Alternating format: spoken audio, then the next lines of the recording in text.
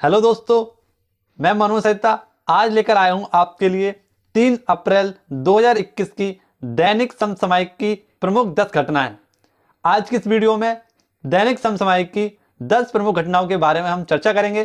तो आइए चलते हैं आज के पहले प्रश्न की ओर। आज का पहला प्रश्न है, केंद्रीय मंत्रिमंडल ने खाद्य प्रसंस्करण उद्योग के लिए प्रोडक्शन लीड इनिशिएटिव यानी PLI स्कीम को मंजूरी दी है।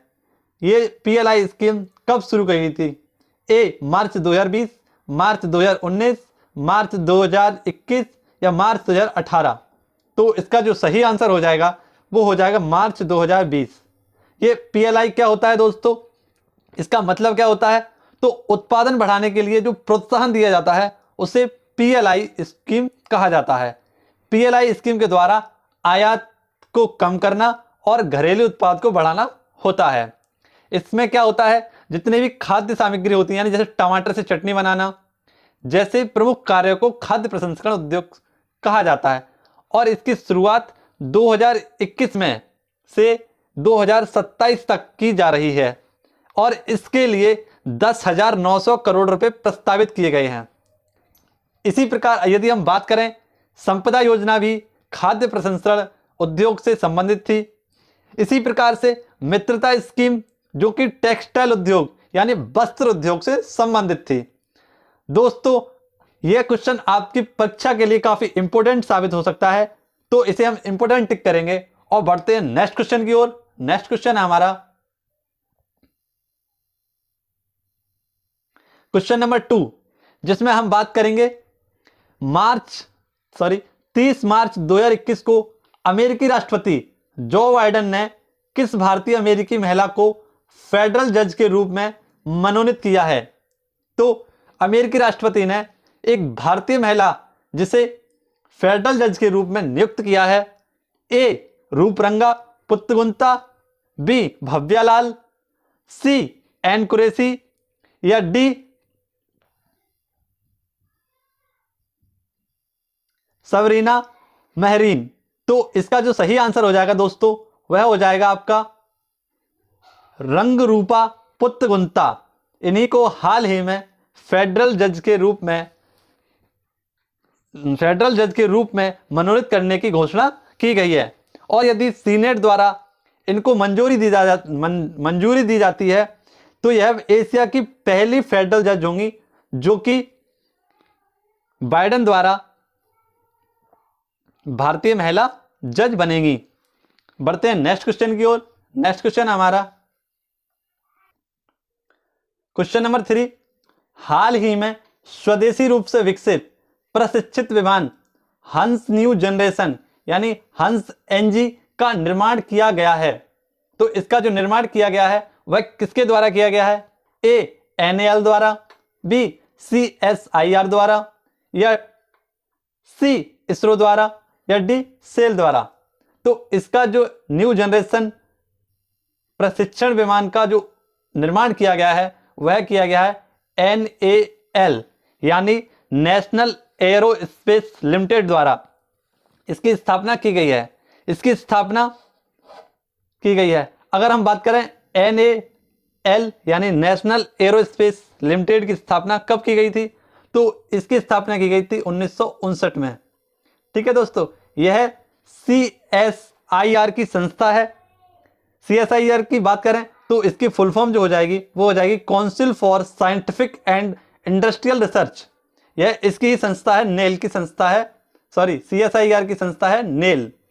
ठीक है दोस्तों, अगर हम CSIR की स्थापना की बात करें तो इसकी स्थापना की गई थी 1942 में, जिसका हेड होता है भारत का PM तथा वर्तमान समय में इसके महानिदेशक हैं शेखर मांडे। यदि हम प्रशिक्षित वाहन हंस की बात करें तो यह 2 सीटर विमान है जो कि प्रशिक्षित विमान है। ठीक है दोस्तों, बढ़ते हैं नेक्स्ट क्वेश्चन की ओर। नेक्स्ट क्वेश्चन की ओर जाने से पहले मैं एक खबर और बता दूंगा आप लोगों को कि यह वह संस्था है CSIR जिसके द्वारा भारत का पहला ट्रैक्टर स्वराज ट्रैक्टर भी बनाया गया था। बढ़ते हैं नेक्स्ट क्वेश्चन की ओर। तो नेक्स्ट क्वेश्चन हो जाएगा हमारा क्वेश्चन नंबर 4, जिसमें हम बात करेंगे सिस्तूरा हिरण्यकेशी बीते दिनों में सुर्खियों में रहा या रही है, यह क्या है? ए, मछली की नई प्रजाति, बी, शेर की नई प्रजाति, या सी, गैंडे की नई प्रजाति।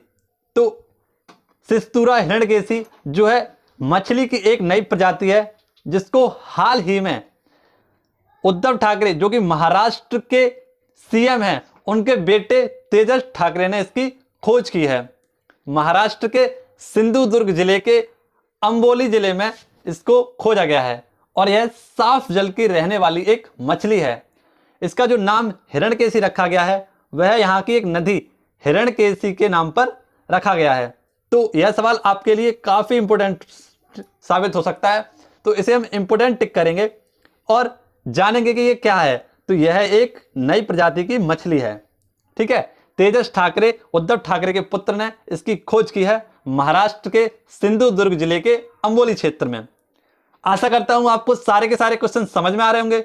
बढ़ते हैं नेक्स्ट क्वेश्चन की ओर। नेक्स्ट क्वेश्चन है हमारा क्वेश्चन नंबर 5, जिसमें हम बात करेंगे उड़ीसा राज्य सरकार में महेंद्रगिरी राज्य के दूसरे बायोस्फीयर रिजर्व के रूप में प्रस्तावित किया गया है। राज्य का पहला बायोस्फीयर रिजर्व कौन सा था? यानी अभी हाल ही में उड़ीसा सरकार ने महेंद्रगिरी राज्य को दूसरा बायोस्फीयर रिजर्व के रूप में प्रस्तावित किया है। राज्य का पहला बायोस्फीयर रिजर्व कौन सा था? ए, नंदाकन, बी, भितरकनिका, सी, सिमलीपाल, या डी, काकरापार। तो दोस्तों इसका जो आंसर हो जाएगा, उड़ीसा राज्य का पहला बायोस्फीयर रिजर्व था वह था सिमलीपाल। सिमलीपाल का नाम सिमुल वृक्ष के नाम पर पड़ा है। ठीक है, और हाल ही में महेंद्रगिरी जो कि यहाँ की दूसरी सबसे ऊंची चोटी है 1500 मीटर की, इसको भी उड़ीसा बायोस्फीयर में प्रस्तावित कर लिया गया है। यदि सिमलीपाल की बात करें तो सिमलीपाल नेशनल पार्क को 1994 में बनाया गया था और 2009 में यूनेस्को में से शामिल कर लिया गया था। बढ़ते हैं नेक्स्ट क्वेश्चन की ओर। नेक्स्ट क्वेश्चन है हमारा क्वेश्चन नंबर 6। 31 मार्च 2021 को कोरोना वायरस की पहली पशु वैक्सीन किस देश द्वारा पंजीकृत की गई है? तो इसका जो ए, रूस, बी, भारत, सी, अमेरिका, या डी, चीन द्वारा। तो इसका सही आंसर जो हो जाएगा, पहली पशु वैक्सीन रूस द्वारा पंजीकृत की गई है और इसका जो नाम रखा गया है वैक्सीन का वह कार्निवैक कोव रखा गया है।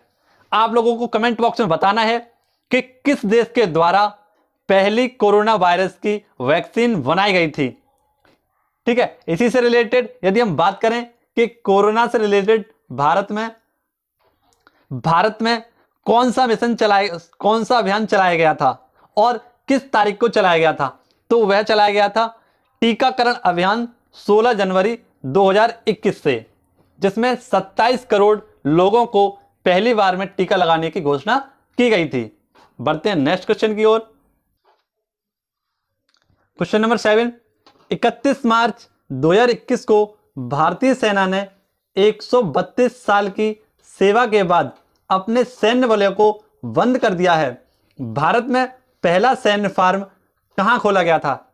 ए, इलाहाबाद, बी, गोरखपुर, सी, झांसी, या डी, मथुरा। तो भारतीय सेना ने 132 साल की सेवा के बाद अपना सैन्य बल को बंद कर दिया है, यानी सैन्य फार्मों को बंद कर दिया है। तो इसका जो पहला बनाया गया था सैन्य फार्म जो बनाया गया था वह बनाया गया था इलाहाबाद, जिसका हाल ही में नाम बदलकर रख दिया गया है प्रयागराज। ये सैन्य फार्म की स्थापना क्यों की गई थी? तो गाय का दूध सैनिकों को उपलब्ध हो सके, इसीलिए इसकी स्थापना की गई थी। और हाल ही में 132 साल बाद संकट कर समिति की सिफारिश पर इसे बंद कर दिया गया है। इसकी स्थापना इलाहाबाद में 1889 ईस्वी में की गई थी। ठीक है दोस्तों, आशा करता हूं सारे के सारे क्वेश्चन आपको समझ में आ रहे होंगे क्योंकि ये सारे के सारे क्वेश्चन आपके लिए काफी हेल्पफुल साबित हो सकते हैं। तो बढ़ते हैं नेक्स्ट क्वेश्चन की ओर। नेक्स्ट क्वेश्चन है हमारा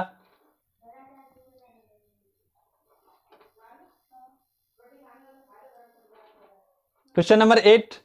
8 से 12 अप्रैल 2021 तक होने वाले बहुराष्ट्रीय सैन्य अभ्यास शांतिर अग्रसेना का आयोजन किस देश द्वारा किया गया है?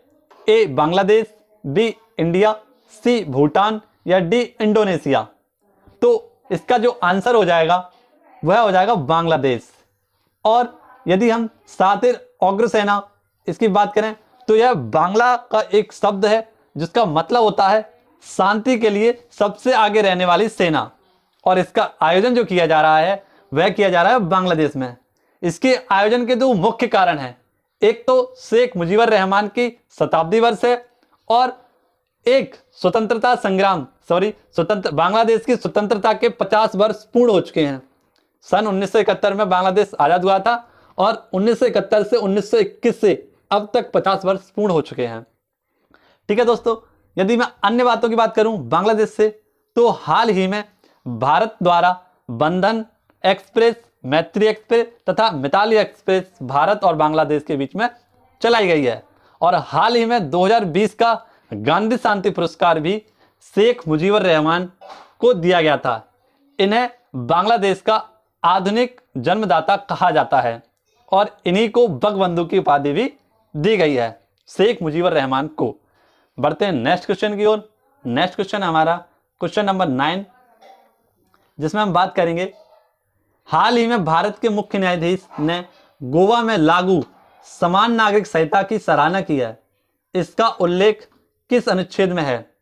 तो समान नागरिक संहिता जो कि एकमात्र राज्य गोवा में लागू है, इसकी सराहना हाल ही में मुख्य न्यायाधीश शरद अरविंद बोबडे द्वारा की गई है, जो कि भारत के 47वें CJI यानी चीफ जस्टिस ऑफ इंडिया हैं।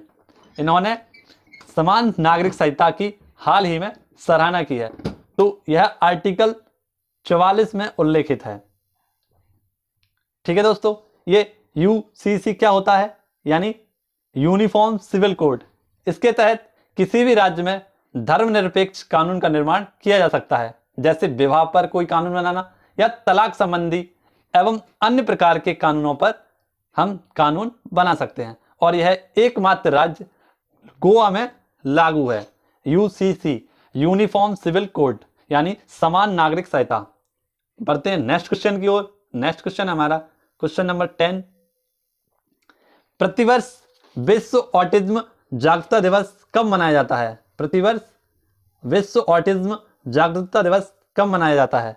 तो यह मनाया जाता है 2 अप्रैल, 4 अप्रैल, 6 अप्रैल या 10 अप्रैल।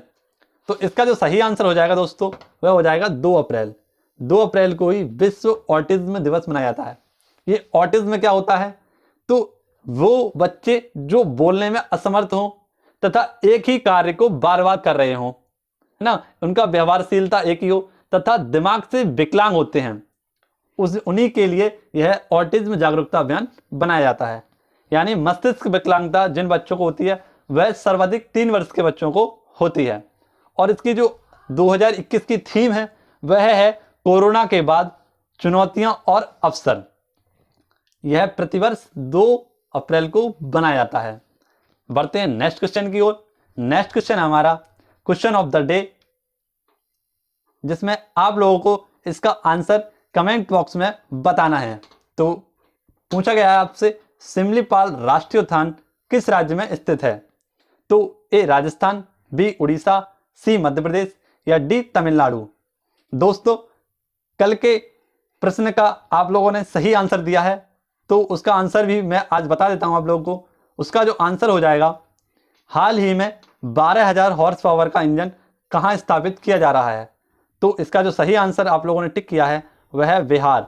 बिहार के मधुपुरा में 12,000 हॉर्स पावर का इंजन स्थापित किया जा रहा है फ्रांस की कंपनी अल्टसॉम द्वारा।